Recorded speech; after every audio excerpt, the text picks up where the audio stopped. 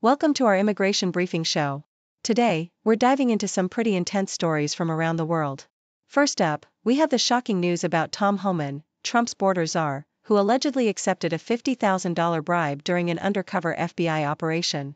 Although no charges were filed, the case has stirred up political debates about corruption and enforcement.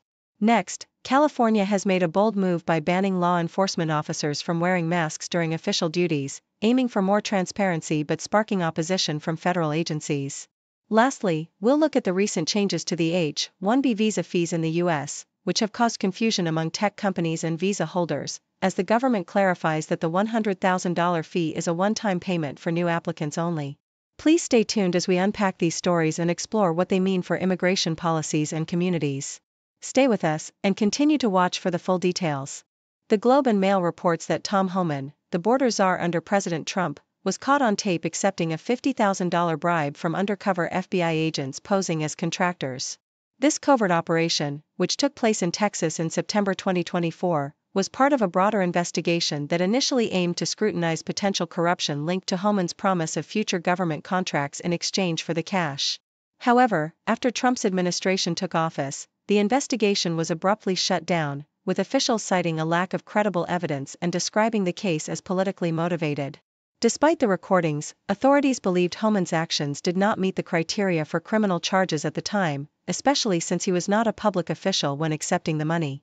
The closure of this inquiry has sparked accusations from Democrats, including Senator Adam Schiff, who condemned the Trump administration for allegedly covering up what they see as brazen graft involving a key figure in the immigration enforcement apparatus.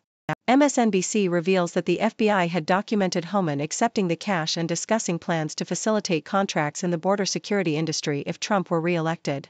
6 weeks before the 2024 election, FBI agents recorded Homan promising to help secure government contracts, and internal documents suggest that prosecutors considered multiple charges, including conspiracy and fraud. Yet, the investigation was halted after Trump's return to office, with some officials labeling it a deep state operation aimed at political sabotage. The case was initially launched following a separate probe into Homan's solicitation of payments, which raised concerns about corruption, especially since Homan was then running a consulting business helping companies obtain immigration-related contracts. Despite the evidence, the Justice Department's leadership, including figures appointed by Trump, dismissed the allegations as politically motivated, and the investigation was ultimately closed, raising widespread criticism and accusations of political interference. The Independent emphasizes that the investigation into Homan was terminated by the Trump-aligned Justice Department after evidence of his acceptance of bribes was uncovered. The internal documents obtained by MSNBC detail how Homan was caught on hidden cameras accepting cash and allegedly promising to help secure contracts once in office. Although some officials believed they had a solid criminal case, the fact that Homan was not a public official at the time and Trump's team's political motives led to the case's closure. Critics, including Democratic lawmakers and watchdog groups, argue that this move exemplifies the corruption and politicization of justice under the Trump administration. The revelations have ignited calls for accountability and heightened scrutiny of the administration's handling of corruption probes, with many seeing the decision to shut down the investigation as a clear attempt to shield influential figures from legal consequences.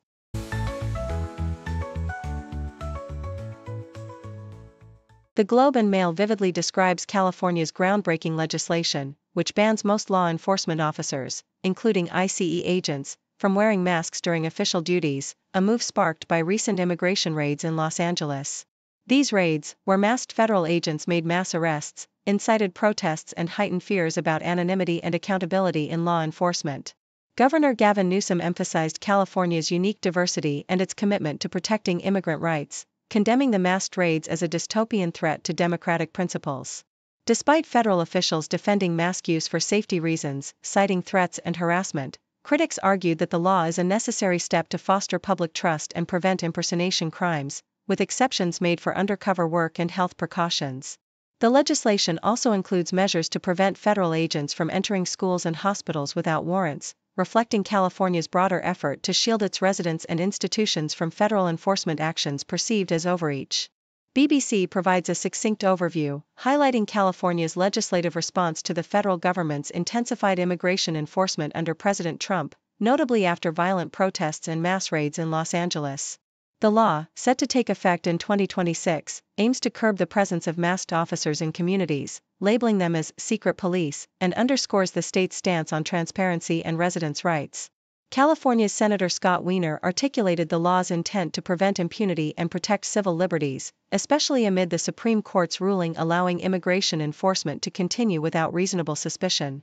The legislation also mandates law enforcement to identify themselves by name and badge number during duties and restricts access to schools and hospitals without proper warrants, reinforcing California's commitment to safeguarding its communities from what officials see as federal overreach and intimidation tactics. Department of Homeland Security officials criticized the law as endangering officers, but California remains resolute in its efforts to uphold local control and civil rights amidst ongoing federal immigration policies. Nikkei Asia vividly captures the chaos and anxiety rippling through the corridors of Silicon Valley as President Trump's sudden imposition of new visa fees ignited a frenzy among H-1B workers from India and China. With tech giants like Microsoft and Amazon urgently instructing employees to return home before a looming deadline, many found themselves caught in a whirlwind of panic, cutting short vacations and abandoning long-held plans. Heart-wrenching stories emerged, engineers rushing back from Japan, families torn between duty and stability, and social media flooded with emotional posts echoing feelings of disappointment and betrayal. The atmosphere was thick with confusion, as even officials clarified that only new visa applicants would be affected, yet the ripple effects of the order threatened to undermine America's reputation as a magnet for global talent, igniting debates on protectionism and the future of international tech workforce mobility.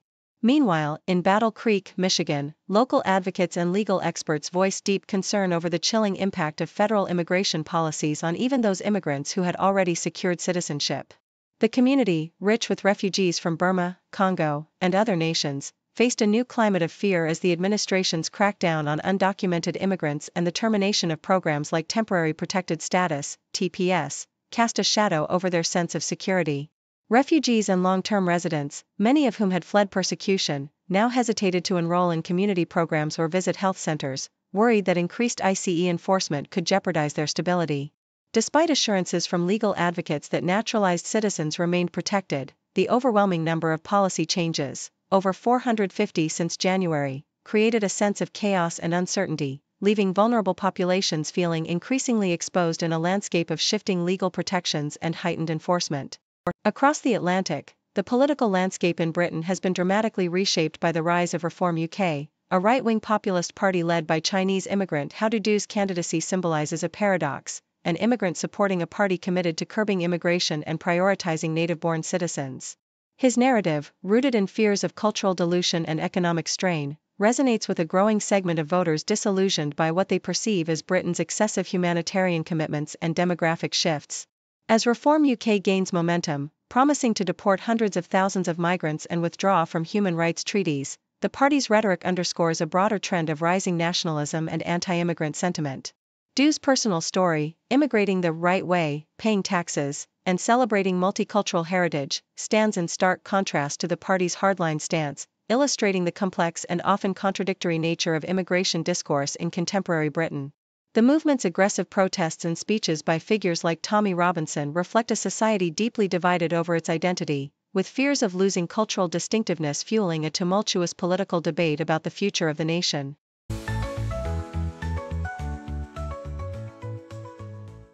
According to Yahoo US, California Governor Gavin Newsom has enacted 5 new bills aimed at resisting the federal government's aggressive immigration enforcement policies, particularly those introduced during the Trump administration. These laws emphasize protecting immigrant communities and safeguarding educational institutions from federal intrusion, such as requiring ICE agents to identify themselves and prohibiting them from entering schools without warrants.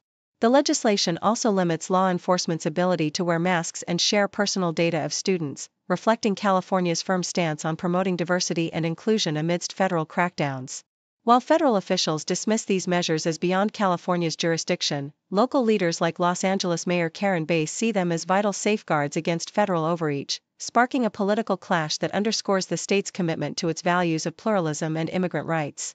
Yahoo US reports on Maury Giles, the newly appointed CEO of Braver Angels, a nonprofit dedicated to bridging political divides in America. Giles, a former journalist and campaign strategist, has become a prominent figure in the organization's efforts to foster civil dialogue amid increasing polarization and recent acts of political violence, such as the assassination of a political figure. His personal experience managing a large, diverse family has shaped his approach to empathy and understanding, which he now applies to his work in promoting courageous conversations across ideological lines. Giles advocates for listening deeply and engaging bravely, challenging the misconception that civility means mere politeness, believing that genuine understanding can lead to societal renewal. His vision emphasizes active citizen participation, rooted in faith and shared purpose, to combat the destructive narratives fueling division and to rekindle civic trust. Finally, Yahoo US details protests in Jacksonville against Florida's plans to expand immigration detention facilities, notably the activation of the so-called Baker Cruelty Camp. Demonstrators, organized by immigrant rights groups, rallied and formed a caravan to oppose the use of the former Baker Correctional Institution as a detention center capable of holding up to 1,500 immigrants. Protesters argue that these policies not only threaten human rights but also directly harm local communities by kidnapping and detaining neighbors. Florida officials defend the detention centers as necessary for public safety and resource management, but organizers remain committed to resisting what they describe as systemic cruelty. Their ongoing activism highlights the broader national debate over immigration enforcement, emphasizing community solidarity and the demand for humane treatment over fear-driven policies.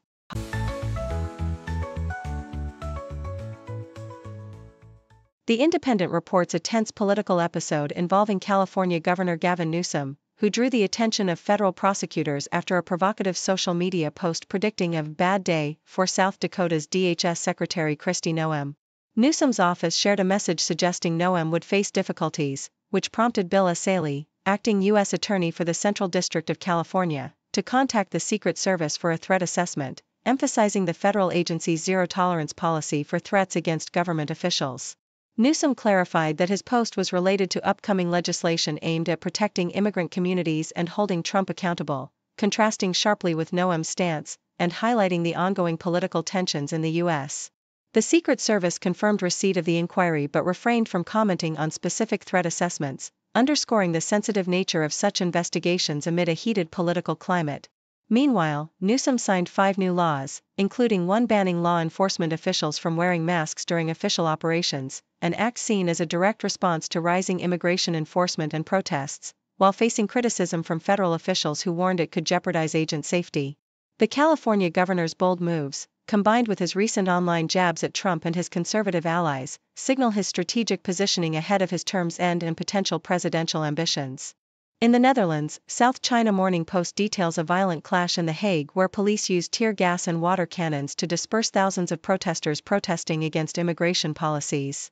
Organized by right-wing activists, the rally demanded stricter migration controls and targeted asylum seekers, culminating in chaos that saw protesters throwing rocks and bottles, setting police vehicles ablaze, and smashing windows at political headquarters.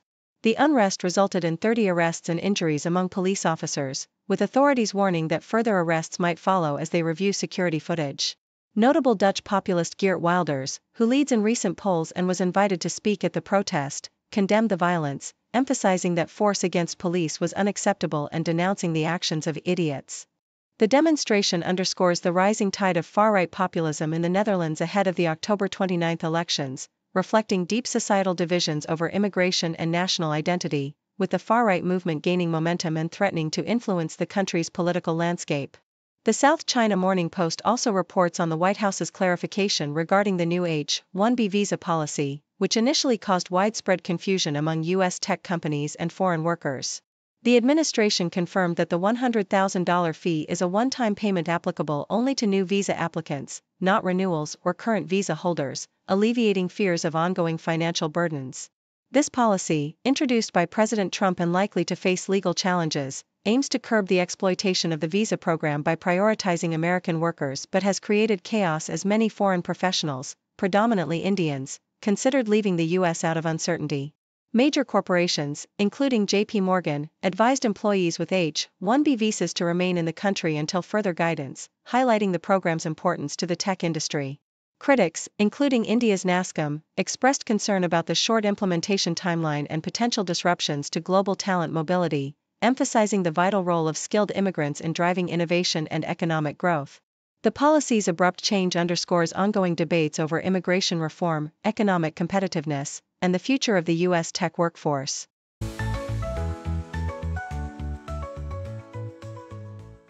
Thank you for tuning in.